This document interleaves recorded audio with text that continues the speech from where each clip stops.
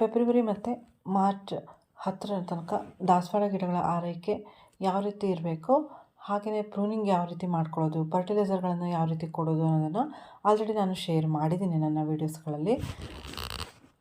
ಆ ರೀತಿ ಆರೈಕೆ ಮಾಡೋದ್ರಿಂದ ನೋಡಿ ಈ ರೀತಿ ಹೂ ಮತ್ತು ಮೊಗ್ಗುಗಳನ್ನು ನಾವು ಪಡ್ಕೊಳ್ಬೋದು. ತುಂಬಾ ಚೆನ್ನಾಗಿ ಹೂ ಮತ್ತು ಮೊಗ್ಗುಗಳು ಬರ್ತಾ ಇರುತ್ತೆ. ದಾಸವಾಳ ಗಿಡಗಳು ತುಂಬ ಚೆನ್ನಾಗಿ ಚಿಗುರ್ತಾನೆ ಇರುತ್ತೆ. ಹೆಚ್ಚಿಗೆ ಚಿಗುರು ಬಂದಂಗೆ ಹೆಚ್ಚಿಗೆ ಮೊಗ್ಗುಗಳನ್ನು ನಾವು ಪಡ್ಕೊಳ್ಬೋದು. ಕ್ಲೈಮೇಟಲ್ಲಿ ಸ್ವಲ್ಪ ಬದಲಾವಣೆ ಈಗ ಮಾರ್ಚ್ ತಿಂಗಳಲ್ಲಿ ಆಗ್ತಾ ಇರುತ್ತಲ್ಲ, ಆ ಟೈಮ್ನಲ್ಲಿ ಮೊಗ್ಗುಗಳೆಲ್ಲ ಉದುರೋದು ಸರ್ವೇ ಸಾಮಾನ್ಯ. ಅದಕ್ಕೆ ನಾವು ಸಗಣಿ ನೀರನ್ನು ಸ್ವಲ್ಪ ಕೊಟ್ಕೊಂಡ್ರೆ ಈ ಟೈಮ್ನಲ್ಲಿ ಸ್ವಲ್ಪ ಮೊಗ್ಗುಗಳೆಲ್ಲ ಉದುರೋದು ಕಡಿಮೆ ಆಗುತ್ತೆ. ಅಂದರೆ ಹವಾಮಾನ ಕೂಡ ಒಂದು ಲೆವೆಲ್ಗೆ ಸೆಟ್ ಆಗುತ್ತಲ್ಲ, ಅದಕ್ಕೆ ಮೊಗ್ಗುಗಳೆಲ್ಲ ಉದುರೋದು ಕಡಿಮೆ ಆಗಿ ಹೂಗಳು ತುಂಬ ಚೆನ್ನಾಗಿ ಆಗ್ತಾ ಇರುತ್ತೆ. ನೋಡಿ ಫ್ರೆಂಡ್ಸ್, ಯಾವ ರೀತಿ ಹೂ ಮತ್ತು ಮೊಗ್ಗುಗಳೆಲ್ಲ ನನ್ನ ಗಿಡಗಳಲ್ಲಿ ಬರ್ತಾಯಿದೆ ಅಂತ. ಪ್ರೂನಿಂಗ್ ಮಾಡ್ಕೊಂಡ ನಂತರ ಈ ರೀತಿ ಹೂ ಮತ್ತು ಮೊಗ್ಗುಗಳನ್ನು ನಾನು ಪಡ್ಕೊಳ್ತಾ ಇದ್ದೀನಿ. ಪ್ರೂನಿಂಗ್ ಮಾಡೋದು ತುಂಬಾ ಇಂಪಾರ್ಟೆಂಟ್. ದಾಸವಾಳ ಗಿಡಗಳಲ್ಲಿ ಬ್ರ್ಯಾಂಚಸ್ ಜಾಸ್ತಿ ಇದ್ದಷ್ಟು ಹೂಗಳನ್ನು ನಾವು ಜಾಸ್ತಿ ಪಡ್ಕೊಳ್ಬೋದು. ನನ್ನ ಹತ್ರ ಇರೋವಂತಹ ತುಂಬ ದಾಸವಾಳ ಗಿಡಗಳಿಗೆ ನಾನು ಸಾಫ್ಟ್ ಪ್ರೂನಿಂಗ್ನ ಈ ವರ್ಷ ಮಾಡ್ಕೊಂಡಿದ್ದೀನಿ. ಕಳೆದ ವರ್ಷ ಬೇಸಿಗೆನಲ್ಲಿ ಮತ್ತು ಜೂನ್ ತಿಂಗಳಿನಲ್ಲಿ ರಿಪೋರ್ಟಿಂಗ್ ಮತ್ತು ಹಾರ್ಡ್ ಪ್ರೂನಿಂಗ್ನ ಮಾಡಿದ್ದೆ.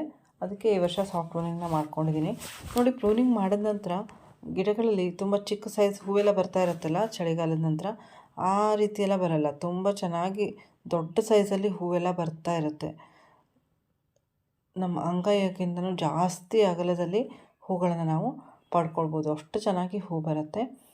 ಹೈಬ್ರಿಡ್ ವೆರೈಟಿ ದಾಸವಾಳಗಳು ಅಷ್ಟೊಂದು ಬೇಗ ಗ್ರೋತ್ ಇರಲ್ಲ. ಅದಕ್ಕೆ ಸಾಫ್ಟ್ ಪ್ರೂನಿಂಗ್ನ ಮಾಡಿಕೊಂಡ್ರೆ ಸಾಕಾಗುತ್ತೆ. 2 ವರ್ಷಕ್ಕೊಮ್ಮೆ ಹಾರ್ಡ್ ಪ್ರೂನಿಂಗ್ನ ಮಾಡಿದ್ರೆ ಸಾಕಾಗುತ್ತೆ. ದಾಸವಾಳ ಗಿಡಗಳಿಗೆ ಬಿಸಿಲು ಕೂಡ ಅಷ್ಟೇ ಇಂಪಾರ್ಟೆಂಟ್ ಆಗುತ್ತೆ. 5ರಿಂದ 6 ತಾಸು ಬಿಸಿಲಿದ್ರೆ ತುಂಬಾ ಒಳ್ಳೆಯದು. ಈ ಬೇಸಿಗೆನಲ್ಲಿ ಅಟ್ಲೀಸ್ಟ್ ಒಂದು 5 ತಾಸು ಬಿಸಿಲಾದರೂ ಬೇಕಾಗುತ್ತೆ. ತುಂಬ ಜಾಸ್ತಿ ಬಿಸಿಲಿದೆ ಅಂತ ನೆರಳಲ್ಲೆಲ್ಲ ಇಡೋದಕ್ಕೆ ಹೋಗ್ಬಿಟ್ರೆ ಗಿಡಗಳು ಎತ್ತರಕ್ಕೆ ಬೆಳ್ಕೊಂಡು ಹೋಗ್ಬಿಡುತ್ತೆ, ಆದರೆ ಮೊಗ್ಗುಗಳು ಬರಲ್ಲ. ಮೊಗ್ಗುಗಳು ಬರಬೇಕು ಅಂದರೆ ಬಿಸಿಲು ಕೂಡ ಅಷ್ಟೇ ಇಂಪಾರ್ಟೆಂಟು. 1 ತಿಂಗಳಕ್ಕೊಮ್ಮೆನಾದರೂ ಘನ ಗೊಬ್ಬರಗಳನ್ನು ಕೊಟ್ಕೊಳ್ಳೋದು ತುಂಬಾ ಇಂಪಾರ್ಟೆಂಟು.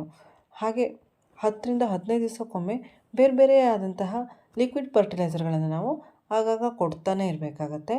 ಆಗ ಗಿಡಗಳು ತುಂಬ ಚೆನ್ನಾಗಿ ಗ್ರೋತ್ ಆಗುತ್ತೆ. ಹಾಗೆ ಮೊಗ್ಗುಗಳು ಕೂಡ ತುಂಬ ಚೆನ್ನಾಗಿ ಬರ್ತಾ ಇರುತ್ತೆ. ನೋಡಿ ಫ್ರೆಂಡ್ಸ್, ಎಷ್ಟು ಚೆನ್ನಾಗಿ ಮೊಗ್ಗುಗಳು ಬಂದಿದೆ ಅಂತ. ನಾನು ಬಡ್ ಡ್ರಾಪಿಂಗಿಗೆ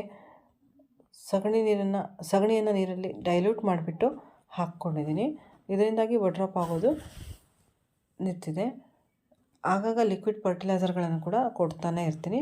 ಬಿಸಿಲಂತೂ 6ರಿಂದ 7 ತಾಸು ಬರ್ತಾನೆ ಇರುತ್ತೆ ನಮ್ಮ ಮನೇಲಿ. ತುಂಬ ಜಾಸ್ತಿನೇ ಬಿಸಿಲಿದೆ. ಇದನ್ನು 3-4 ವೆರೈಟಿ ದಾಸವಾಳ ಗಿಡಗಳಲ್ಲಂತೂ ತುಂಬ ಚೆನ್ನಾಗಿ ಬರ್ತಾನೆ ಇರುತ್ತೆ. ಹೂ ಕೂಡ ತುಂಬ ಚೆನ್ನಾಗಿ ಬರುತ್ತೆ. ಈ ಫೆಬ್ರವರಿ ಮಂತಲ್ಲಿ ನಾವು ಕೆಲವೊಂದು ಕ್ರಮಗಳನ್ನು ದಾಸವಾಳ ಗಿಡಗಳಿಗೆ ಮಾಡಿದಾಗ ಜೂನ್ ಎಂಡ್ ತನಕನೂ ತುಂಬ ಚೆನ್ನಾಗಿ, ಅಂದರೆ ಜೋರು ಮಳೆ ಸ್ಟಾರ್ಟ್ ಆಗುತ್ತಲ್ಲ ಅಲ್ಲಿ ತನಕನೂ ತುಂಬ ಚೆನ್ನಾಗಿ ಹೂಗಳನ್ನು ನಾವು ಪಡ್ಕೊಳ್ಬೋದು. ನೋಡಿ, ಬ್ರ್ಯಾಂಚಸಲ್ಲೆಲ್ಲ ಯಾವ ರೀತಿ ಹೊಸ ಹೊಸ ಚಿಗುರುಗಳು ಬರ್ತಾ ಇದೆ ಅಂತ. ಈ ಎಲ್ಲ ಬ್ರ್ಯಾಂಚಸಲ್ಲಿ ಕೂಡ ನಾವು ಮೊಗ್ಗುಗಳನ್ನು ಪಡ್ಕೊಳ್ಬೋದು. ಡೈಲಿ ನಾವು ಹೂಗಳನ್ನು ದಾಸವಾಳ ಗಿಡಗಳಲ್ಲಿ ಪಡ್ಕೊಳ್ಬೋದು. ನೋಡಿ ಯಾವ ರೀತಿ ಮೊಗ್ಗುಗಳು ಬಂದಿದೆ ಅಂತ. ಗಿಡಗಳನ್ನು ಪ್ರೂನಿಂಗ್ ಮಾಡಿದ ನಂತರ ಜಾಸ್ತಿ ನೈಟ್ರೋಜನ್ ಇರುವಂತಹ ಫರ್ಟಿಲೈಸರ್, ಅಂದರೆ ಕೌಡಂಗ್ compost, kitchen waste compost, vermi compost, ಈ ರೀತಿ ಫರ್ಟಿಲೈಸರ್ಗಳನ್ನು ನಾವು ಕೊಟ್ಕೊಂಡ್ರೆ ಗಿಡಗಳಲ್ಲಿ ತುಂಬ ಚೆನ್ನಾಗಿ ಗ್ರೋತ್ ಇರುತ್ತೆ. ಗಿಡಗಳ ಗ್ರೋತ್ ತುಂಬ ಚೆನ್ನಾಗಿದೆ ಅನ್ನುವಾಗ ಫಾಸ್ಫರಸ್ ಮತ್ತು ಪೊಟ್ಯಾಷಿಯಮ್ ಜಾಸ್ತಿ ಇರುವಂಥ ಫರ್ಟಿಲೈಸರ್ಗಳನ್ನು ನಾವು ಹಾಕ್ಕೊಳ್ಬೇಕು. ಬನಾನಾ ಪೀಲ್ ಫರ್ಟಿಲೈಸರ್, ಹಾಗೆ ಆಲೂಗಡ್ಡೆ ಫೀಲ್ ಫರ್ಟಿಲೈಸರ್ ಇರುತ್ತಲ್ಲ ಅದನ್ನು ಹಾಕ್ಕೋಬೋದು. ಈ ಥರದ್ದೆಲ್ಲ ಹಾಕ್ಕೊಳ್ತಾ ಇದ್ದರೆ ತುಂಬ ಚೆನ್ನಾಗಿ ಹೂಗಳು ಬರುತ್ತೆ. ಹೂಗಳ ಸೈಜ್ ಕೂಡ ತುಂಬ ಚೆನ್ನಾಗಿರುತ್ತೆ. ಕಲರ್ ಕೂಡ ತುಂಬ ಚೆನ್ನಾಗಿ ಡಾರ್ಕ್ ಆಗಿ ಬರುತ್ತೆ. ಈ ರೀತಿ ಫರ್ಟಿಲೈಸರ್ಗಳನ್ನು ನಾವು ನಮ್ಮ ಗಿಡಗಳಿಗೆ ಆಗಾಗ ಕೊಡ್ತಾನೆ ಇರಬೇಕಾಗತ್ತೆ. ದಾಸವಾಳ ಗಿಡಗಳು ತುಂಬ ಜಾಸ್ತಿ ಹೂ ಬಿಡೋದ್ರಿಂದ ಜಾಸ್ತಿ ಫರ್ಟಿಲೈಸರ್ಗಳನ್ನು ನಾವು ಕೊಡಬೇಕಾಗತ್ತೆ. 10 ದಿವಸಕ್ಕೊಮ್ಮೆನಾದರೂ ನಾವು ಲಿಕ್ವಿಡ್ ಫರ್ಟಿಲೈಸರ್ ಮತ್ತು 20ರಿಂದ 1 ತಿಂಗಳದೊಳಗೆ ಒಮ್ಮೆ ಘನ ಗೊಬ್ಬರಗಳನ್ನು ಈ ಬೇಸಿಗೆನಲ್ಲಿ ಗಿಡಗಳಿಗೆ ಕೊಡಬೇಕು. ಗಿಡಗಳಿಗೆ ನೀರನ್ನು ಬೇಸಿಗೆನಲ್ಲಿ ಕೂಡ ನಾವು ದಿನವಿಡೀ ದಿವಸಕ್ಕೆ ಕೊಟ್ಕೊಂಡ್ರೂ ಆಗುತ್ತೆ. ಆದರೆ ನಿಯಮಿತವಾಗಿ ನೀರನ್ನು ಕೊಡಬೇಕಾಗತ್ತೆ. ಅಂದರೆ ಒಮ್ಮೆ ಡೈಲಿ ನೀರು ಕೊಡೋದು, ಒಮ್ಮೆ 2-3 ದಿವಸ ಬಿಟ್ಕೊಂಡು ನೀರು ಕೊಡೋದು, ಈ ಥರ ಎಲ್ಲ ಮಾಡ್ತಾಯಿದ್ರೆ ಗಿಡಗಳಿಗೆ ಸ್ಟ್ರೆಸ್ ಆಗಿಬಿಡುತ್ತೆ. ಅದಕ್ಕೆ ಮಣ್ಣಿನ ಮೇಲ್ಪದರನ ಚೆಕ್ ಮಾಡಿಬಿಟ್ಟು ಅದು ಒಣಗಿದಾಗ ನಾವು ನೀರನ್ನು ಕೊಟ್ಕೊಂಡ್ರೆ ಸಾಕಾಗತ್ತೆ. ದಾಸವಾಳ ಗಿಡಗಳ ಬಗ್ಗೆ ತುಂಬಾ ವಿಡಿಯೋಸ್ ಇದೆ, ಯಾವ ರೀತಿ ಕೇರ್ ಮಾಡಬೇಕು ಅನ್ನೋದ್ರ ಬಗ್ಗೆ, ಫರ್ಟಿಲೈಸರ್ಗಳ ಬಗ್ಗೆ ಎಲ್ಲ ನನ್ನ ಚಾನಲ್ನಲ್ಲಿ. ದಯವಿಟ್ಟು ಯಾರಿಗಾದರೂ ಇಂಟ್ರೆಸ್ಟ್ ಇದ್ದರೆ ನೋಡ್ಕೋಬಹುದು. ಕಟಿಂಗ್ ಕೂಡ ಯಾವ ರೀತಿ ಗ್ರೋ ಮಾಡ್ಕೊಳ್ಬಹುದು ಬೇಸಿಗೆನಲ್ಲಿ ಕೂಡ ಅನ್ನೋದನ್ನು ಕೂಡ ಶೇರ್ ಮಾಡಿದ್ದೀನಿ. ಈ ವಿಡಿಯೋ ನಿಮಗೆಲ್ಲ ಇಷ್ಟ ಆಯಿತು ಅಂತ ಅನ್ಕೋತೀನಿ. ಇಷ್ಟ ಆದರೆ ದಯವಿಟ್ಟು ಲೈಕ್ ಮಾಡಿ, ಶೇರ್ ಮಾಡಿ, ಕಮೆಂಟ್ ಮಾಡಿ.